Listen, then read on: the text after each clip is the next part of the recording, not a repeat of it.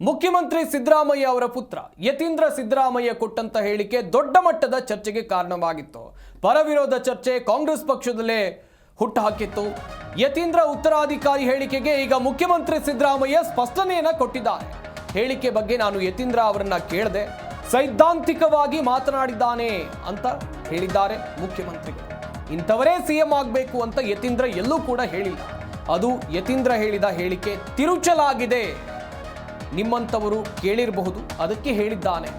ವಿಧಾನಸೌಧದಲ್ಲಿ ಮುಖ್ಯಮಂತ್ರಿ ಸಿದ್ದರಾಮಯ್ಯ ಕೊಟ್ಟಿರುವಂಥ ಹೇಳಿಕೆ ಇದು. ನಾನಾಗಲೂ ಕೂಡ ಹೇಳ್ತಾ ಇದ್ದೆ, ಯತೀಂದ್ರ ಸಿದ್ದರಾಮಯ್ಯ ಕೊಟ್ಟಂಥ ಹೇಳಿಕೆ ಎಷ್ಟರ ಮಟ್ಟಿಗೆ ರಾಜ್ಯ ರಾಜಕೀಯದಲ್ಲಿ ಪರವಿರೋಧ ಚರ್ಚೆ ಗ್ರಾಸವಾಗಿತ್ತು ಅಂತೇಳಿ.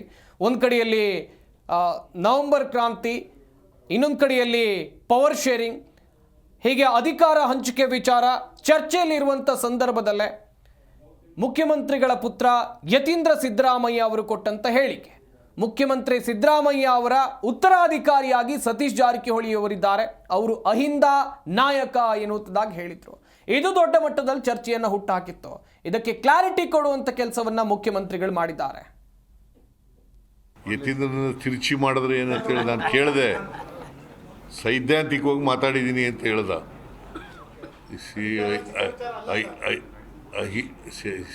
ಯತೀಂದ್ರನ ಕೇಳಿದೆ ನಾನು, ನೀನು ಏನಂತ ಹೇಳಿದ್ಯಾ ಅಂತ.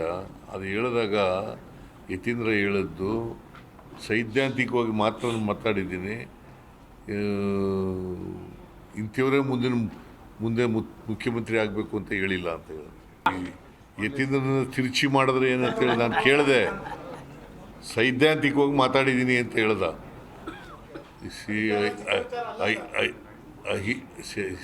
ಯತೀಂದ್ರನ ಕೇಳಿದೆ ನಾನು, ನೀನು ಏನಂತ ಹೇಳಿದ್ಯಾ ಅಂತ. ಅದು ಹೇಳಿದಾಗ ಯತೀಂದ್ರ ಹೇಳಿದ್ದು ಸೈದ್ಧಾಂತಿಕವಾಗಿ ಮಾತಾಡಿದ್ದೀನಿ,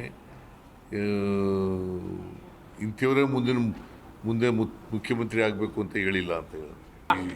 ಯತೀಂದ್ರನ ತಿರುಚಿ ಮಾಡಿದ್ರೆ ಏನಂತ ಹೇಳಿ ನಾನು ಕೇಳಿದೆ, ಸೈದ್ಧಾಂತಿಕವಾಗಿ ಮಾತಾಡಿದ್ದೀನಿ ಅಂತ ಹೇಳ್ದ.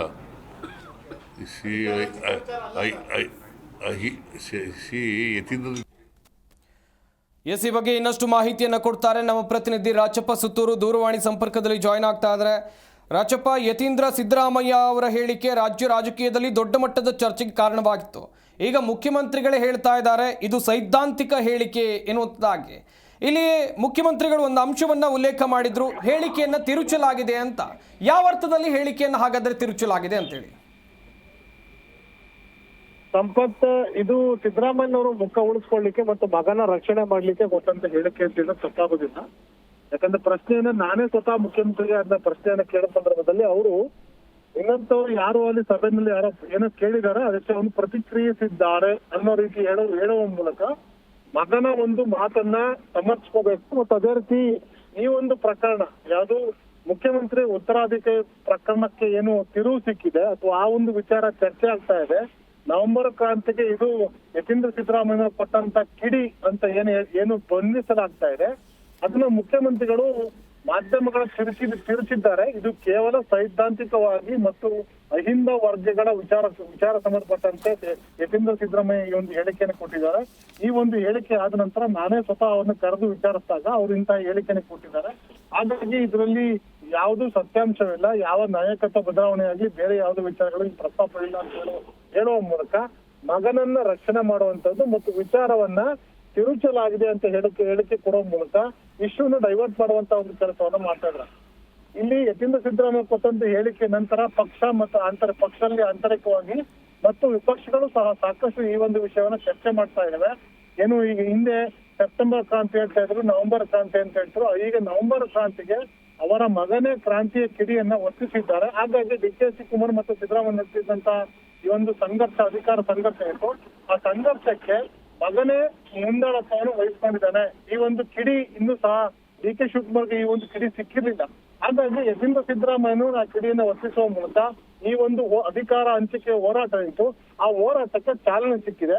ಯಾಕಂದ್ರೆ ಈ ಹಿಂದೆ ಏನು ಶಿವಗಂಗಾ ಬಸವರಾಜ್ ಇರ್ಬೋದು ಅಥವಾ ಇಕ್ಬಾಲ್ ಹುಸೇನ್ ಇರ್ಬೋದು ಅಥವಾ ಬೇರೆ ಬೇರೆ ಶಾಸಕರುಗಳು, ಡಾಕ್ಟರ್ ರಂಗನಾಥ್ ಇರ್ಬೋದು, ಈ ಹಲವಾರು ಶಾಸಕರುಗಳು ಈ ಒಂದು ವಿಷಯವನ್ನ ಪದೇ ಮುಂದಿನ ಅಭ್ಯರ್ಥಿಯಾಗಿ ಮುಖ್ಯಮಂತ್ರಿಯಾಗಿ DK ಶಿವಕುಮಾರ್ ಅಧಿಕಾರ ವಹಿಸ್ಕೊಳ್ತಾರೆ, 2 ವರ್ಷದ ನಂತರ ಅಧಿಕಾರ ಬದಲಾವಣೆ ಆಗುತ್ತೆ, ನಮ್ಮ ಸರ್ಕಾರ ಬರುತ್ತೆ, ಉತ್ತಮ ಆಡಳಿತವನ್ನು ಕೊಡ್ತೇವೆ ಅಂತ ಅಂದಿರ್ಬೋದು, ಮತ್ತು ಸಿದ್ದರಾಮಯ್ಯ ಅಧಿಕಾರವನ್ನು ಬಿಚ್ಕೊಡಿ ಅಂತ ಅಂದಿರ್ಬೋದು, ಒಕ್ಕಲಿಗ ಸಮುದಾಯದಿಂದ ಸಿದ್ದರಾಮಯ್ಯ ಒತ್ತಡ ಇರಬಹುದು. ಇವೆಲ್ಲ ವಿಷಯಗಳ ನಡುವೆ ಸಹ ಸಿದ್ದರಾಮಯ್ಯನವ್ರಿಗೆ ಏನು ಒಂದು ಹಾದಿ ಸಿಕ್ಕಿರ್ಲಿಲ್ಲ, ಅಥವಾ DK ಶಿವಕುಮಾರ್ಗೆ ಒಂದು ಹಾದಿ ಸಿಕ್ಕಿಲ್ಲ ಸಿದ್ದರಾಮಯ್ಯನವರ ಮೇಲೆ ನೇರವಾಗಿ ವಿಚಾರ ಪ್ರಸ್ತಾಪ ಮಾಡಲಿಕ್ಕೆ.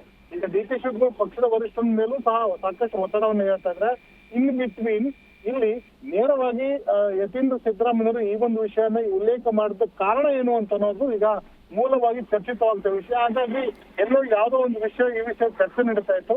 ಹಾಗಾಗಿ ಅವರ ಮನಸ್ಸಿಗೆ ಬಂದಿದೆ ಮುಂದಿನ ದಿನಗಳಲ್ಲಿ ರಾಜಕೀಯ ಭವಿಷ್ಯ ಬದಲಾವಣೆ ಆಗ್ಬೋದು ಅಂತ ಅನ್ನೋ ವಿಷಯವನ್ನ ಮುಂದಿಟ್ಕೊಂಡು ಯತೀಂದ್ರ ಸಿದ್ದರಾಮಯ್ಯ ಹೇಳಿಕೆ ಕೊಟ್ಟಿದ್ದಾರೆ ಅಂತ ಅನ್ನೋದನ್ನ ಈಗ ಚರ್ಚೆ ಕಾಂಗ್ರೆಸ್ ಅಲ್ಲಿ ದೊಡ್ಡ ಮಟ್ಟದ ಚರ್ಚೆ ನಡೀತದೆ. ಅದಕ್ಕೆ ಸಿದ್ದರಾಮಯ್ಯನವರು ಪೇಟ ಎತ್ತುವ ಕೆಲಸವನ್ನು ಮಾಡುವಂತ ಪ್ರಯತ್ನ ಮಾಡಿದ್ರು. ಹೀಗಾಗಿ ಹೇಳಿಕೆಯನ್ನು ತಿರುಚಲಾಗಿದೆ, ಅಥವಾ ಅಲ್ಲಿ ಯಾರೋ ಅಭಿಮಾನಿಗಳು ಕೇಳಿದ್ದಾರೆ, ಯಾರೋ ಮಾಧ್ಯಮದವರು ಪ್ರಶ್ನೆ ಮಾಡಿದ್ದಾರೆ, ಅದನ್ನ ಅವನು ಪ್ರತಿಕ್ರಿಯಿಸುವ ಸಂದರ್ಭದಲ್ಲಿ ಅಂತ ಹೇಳಿಕೆ ಕೊಟ್ಟಿದ್ದಾರೆ. ಹಾಗಾಗಿ ಅದಕ್ಕೂ ಸಂಬಂಧ ಇಲ್ಲ ಅಂತ ಹೇಳಿಕೆ ಕೊಡುವ ಮೂಲಕ ಏನು ಈ ಒಂದು ಪ್ರಕರಣ ಏನು ದೊಡ್ಡ ಮಟ್ಟದಲ್ಲಿ ಬೆಳೀತಾ ಇದೆ, ಅದನ್ನ ಅಲ್ಲಿ ಚ್ಯೂಟ ಹಾಕುವಂತ ಕೆಲಸವನ್ನು ಸಿದ್ದರಾಮಯ್ಯ ಮಾಡಿದ್ದಾರೆ. ಆದ್ರೆ ಅಷ್ಟು ಸುಲಭಕ್ಕೆ ಈ ಒಂದು ವಿಷಯ ಏನು ತಣ್ಣಗಾಗುವ ಲಕ್ಷಣ ಕಂಡು ಬರ್ತಾ ಇಲ್ಲ. ಈಗಾಗಲೇ ಏನು ಸೆಪ್ಟೆಂಬರ್ ಕ್ರಾಂತಿ ಅಂತ ಹೇಳ್ತಾ ಇದ್ರು, ನವೆಂಬರ್ ಕ್ರಾಂತಿ ಅಂತ ಹೇಳ್ತಾ ಇದ್ರು. ಈಗ ಡಿಸೆಂಬರ್ ಆದ ನಂತರ ಅಥವಾ ಏನೇ ಆಗಲಿ ಕಟಾಯಗತೆ ಮುಂದಿನ ಬಜೆಟ್ ಮಂಡಿಸಿದ ನಂತರ ಅದು ಸಿದ್ದರಾಮಯ್ಯನವರು ಅಧಿಕಾರವನ್ನ ಬಿಟ್ಟುಕೊಡ್ಲೇಬೇಕು ಅನ್ನೋ ಒಂದು ಪಟ್ಟನ್ನ DK ಶಿವಕುಮಾರ್ ಹಾಕ್ತಾ ಇದ್ದಾರೆ ಮತ್ತು ಅದಕ್ಕೆ ಸಾಕಷ್ಟು ಪ್ರಯತ್ನ ನಡೆಸ್ತಾ ಇದ್ದಾರೆ. ಅದಕ್ಕೆ ಇದು ಒಂದು ರೀತಿ ದಾರಿಯನ್ನ ಸೃಷ್ಟಿ ಮಾಡಿದೆ ಅಂತ ಹೇಳೋದು ತಪ್ಪಾಗೋದಿಲ್ಲ. ರಾಜಪ್ಪ, ಇನ್ನೊಂದು ಕಡೆಯಲ್ಲಿ ಈ ಹೇಳಿಕೆ ಇಷ್ಟು ದೊಡ್ಡ ಮಟ್ಟದಲ್ಲಿ ಚರ್ಚೆ ಆಗ್ತಾ ಇದ್ರು ಕೂಡ ಹೈಕಮಾಂಡ್ ನಾಯಕರು ಸುಮ್ಮನೆ ಇದ್ದಾರಾ? ಅವರಿಗೆ ಈ ವಿಚಾರ ಗೊತ್ತಾಗ್ಲಿಲ್ವಾ ಇದುವರೆಗೂ? ಹೇಗೆ ಸಂಪತ್ತು ಹೈಕಮಾಂಡ್ ನಾಯಕರು ಮಲ್ಲಿಕಾರ್ಜುನ ಖರ್ಗೆ ಅವರು ರಾಜ್ಯದಲ್ಲೇ ಇದ್ದಾರೆ, ಆರೋಗ್ಯ ಕಾರಣಕ್ಕೋಸ್ಕರ ಅವ್ರು ಇಲ್ಲಿ ಆರೋಗ್ಯ ಚಿಕಿತ್ಸೆ ಪಡ್ಕೊಂಡು ಇಲ್ಲಿ ಬೆಂಗಳೂರಲ್ಲೇ ಇದ್ದಾರೆ. ಹಾಗಾಗಿ ಅವ್ರಿಗೂ ಸಹ ಈ ಒಂದು ಮಾಹಿತಿ ಗಮನಕ್ಕೆ ಹೋಗಿದೆ. ಈ ನಡುವೆ ಅವರು ಸಹ ಅವರ ಪಕ್ಷದಲ್ಲಿ ಹಿರಿಯ ಹೈಕಮಾಂಡ್ ನಾಯಕರು ಇನ್ನು ಸುರ್ಜೇವಾಲ ಇರ್ಬೋದು, KC ವೇಣುಗೋಪಾಲ್ ಅವ್ರಿಗೂ ಸಹ ಈ ಒಂದು ವಿಷಯ ಗಮನಕ್ಕೆ ತಲುಪಿದೆ. ಈ ನಡುವೆ ನಾನು ಹಿಂದೆ ಉಲ್ಲೇಖ ಮಾಡಿದಂತೆ ಮಲ್ಲಿಕಾರ್ಜುನ ಖರ್ಗೆ ಅವರು ಸಹ ಇದೇ ಒಂದು ರಾಜಕೀಯ ಲಾಭವನ್ನ ಪಡೆಯುವಂತ ಏನು ರಾಜಕೀಯ ಪಡೆದು ಅವನ ಮಗನನ್ನ ಉಪಮುಖ್ಯಮಂತ್ರಿ ಮಾಡಬೇಕು, ಅಥವಾ ಏನು ಒಂದ್ ವೇಳೆ ಅವಕಾಶ ಸಿಕ್ಕಿದ್ದೆ ಅದಲ್ಲಿ ಮಲ್ಲಿಕಾರ್ಜುನ ಖರ್ಗೆ ಅವರು ರಾಜ್ಯಕ್ಕೆ ಬಂದು ಮುಖ್ಯಮಂತ್ರಿ ಆಗ್ಬೇಕು, ದಲಿತ CM ಆಗ್ಬೇಕು ಅಂತ ಒಂದು ಚರ್ಚೆ ಇತ್ತು. ಅದಕ್ಕೆ ಇದು ಸಹ ಎಲ್ಲೋ ಒಂದ್ ಕಡೆ ಸಾಥ್ ನೀಡಿದಂಗಿದೆ. ಇನ್ನು ಎರಡನೇ ವಿಷಯ, ಈ ಒಂದು ಸಂದರ್ಭವನ್ನ ಬಳಸ್ಕೊಂಡು ಒಂದ್ ವೇಳೆ ತಾವು ಮುಖ್ಯಮಂತ್ರಿ ಆಗ್ಲಿಕ್ಕೆ ಅವಕಾಶ ಇಲ್ಲ ಅಂತ ತಮ್ಮ ಮಗನಾರು ಉಪಮುಖ್ಯಮಂತ್ರಿ ಮಾಡ್ಬೇಕು ಅಂತ ಚಿಂತನೆಯಲ್ಲಿ ಮಲ್ಲಿಕಾರ್ಜುನ ಖರ್ಗೆ ಇದ್ದಾರೆ. ಹಾಗಾಗಿ ಈಗ ಸದ್ಯದಲ್ಲಿ ಇರುವಂತ ಈ ಎಲ್ಲಾ ಗೊಂದಲಗಳ ನಡುವೆ, ಏನು ಬಗ್ಗಡದ ನಡುವೆ ಮೀನನ್ನು ಹಿಡಿಯೋದು ಅಂತಾರಲ್ಲ ಆ ರೀತಿಯಾಗಿ ಈ ಎಲ್ಲ ಗೊಂದಲಗಳ ನಡುವೆ ತಮ್ಮ ಒಂದು ಬೇಳೆಗಳನ್ನ ಅವರವರು ಬೇಯಿಸುವಂತ ಪ್ರಯತ್ನವನ್ನು ಮಾಡ್ತಿದೆ ಅಂತ ಒಂದು ಆರೋಪ ಇದೆ. ಇನ್ನೂ ಸಹ ಈ ಒಂದು ವಿಷಯ ರಾಹುಲ್ ಗಾಂಧಿ ಇರ್ಬೋದು ಅಥವಾ ಸೋನಿಯಾ ಗಾಂಧಿ ಇರ್ಬೋದು, ಬೇರೆ ಬೇರೆ ನಾಯಕರು ಅವರ ಅಭಿಪ್ರಾಯಗಳು ಏನು ಅಂತ ಬಗ್ಗೆನೂ ಸಹ ಸಾಕಷ್ಟು ಇನ್ನೂ ಸಹ ಮಾಹಿತಿ ಬರಬೇಕಾಗಿದೆ. ಆದ್ರೆ DK ಶಿವಕುಮಾರ್ ಅಲ್ಲಿ ಸಹ ರಾಷ್ಟ್ರೀಯ ಮಟ್ಟದಲ್ಲೂ ಸಹ ಏನು AICC ಅಧ್ಯಕ್ಷ ಅಂತ ಮಲ್ಲಿಕಾರ್ಜುನ ಖರ್ಗೆ ಅವರು ಹೊರತುಪಡಿಸಿ ಸೋನಿಯಾ ಗಾಂಧಿ ಅವ್ರನ್ನ, ಪ್ರಿಯಾಂಕಾ ಗಾಂಧಿ ಅವ್ರನ್ನ ಮತ್ತು ರಾಹುಲ್ ಗಾಂಧಿ ಅವ್ರನ್ನ, KC ವೇಣುಗೋಪಾಲ್ ಮತ್ತು ಸುರ್ಜೇವಾಲ ಅವ್ರನ್ನ ಮತ್ತು ಕಾಂಗ್ರೆಸ್ ಪಕ್ಷದ ಕಾರ್ಯಕಾರಿ ಸಮಿತಿ ಸದಸ್ಯರನ್ನ ಟಚ್ ಮಾಡುವಂತ ಅವ್ರ ಮೂಲಕ ಒತ್ತಡ ಇರುವಂತ ಕೆಲಸವನ್ನು ಮಾಡ್ತಿದ್ದಾರೆ ಅಂತ ಮಾಹಿತಿ ಇದೆ. ಒಟ್ಟಾರೆಯಾಗಿ ಕಾಂಗ್ರೆಸ್ ಈ ಒಂದು ಒಡೆದ ಮನೆ, ಈ ಗೊಂದಲ ಪರಿಸ್ಥಿತಿಯನ್ನ ನಿರ್ವಹಣೆ ಮಾಡುವ ಬದಲಾಗಿ ಇನ್ನಷ್ಟು ಗೊಂದಲಕಾರಿ ಹೇಳಿಕೆ ಕೊಡುವ ಮೂಲಕ ಈಗ ಇರುವಂತ ಏನು ವ್ಯವಸ್ಥೆಯಲ್ಲಿ ಇರುವಂತ ಗೊಂದಲವನ್ನ ಮತ್ತಷ್ಟು ಇನ್ನಷ್ಟು ಉದ್ವಿಗ್ನಗೊಳಿಸುವಂತ ಕೆಲಸವನ್ನ ಮಾಡ್ತಾ ಇದ್ದಾರೆ. ಸಂಪತ್, ಥ್ಯಾಂಕ್ ಯು ರಾಜಪ್ಪ ಸುತ್ತೂರು ತಮ್ಮೆಲ್ಲ ಡೀಟೇಲ್ಸ್ಗಾಗಿ. ನೀನು ಏನಂತ ಹೇಳಿದ್ಯಾ ಅಂತ ಅದು ಹೇಳಿದಾಗ ಯತೀಂದ್ರ ಹೇಳಿದ್ದು ಸೈದ್ಧಾಂತಿಕವಾಗಿ ಮಾತ್ರ ಮಾತಾಡಿದ್ದೀನಿ. ಇಂಥವರೇ ಮುಂದೆ ಮುಖ್ಯಮಂತ್ರಿ ಆಗಬೇಕು ಅಂತ ಹೇಳಿಲ್ಲ.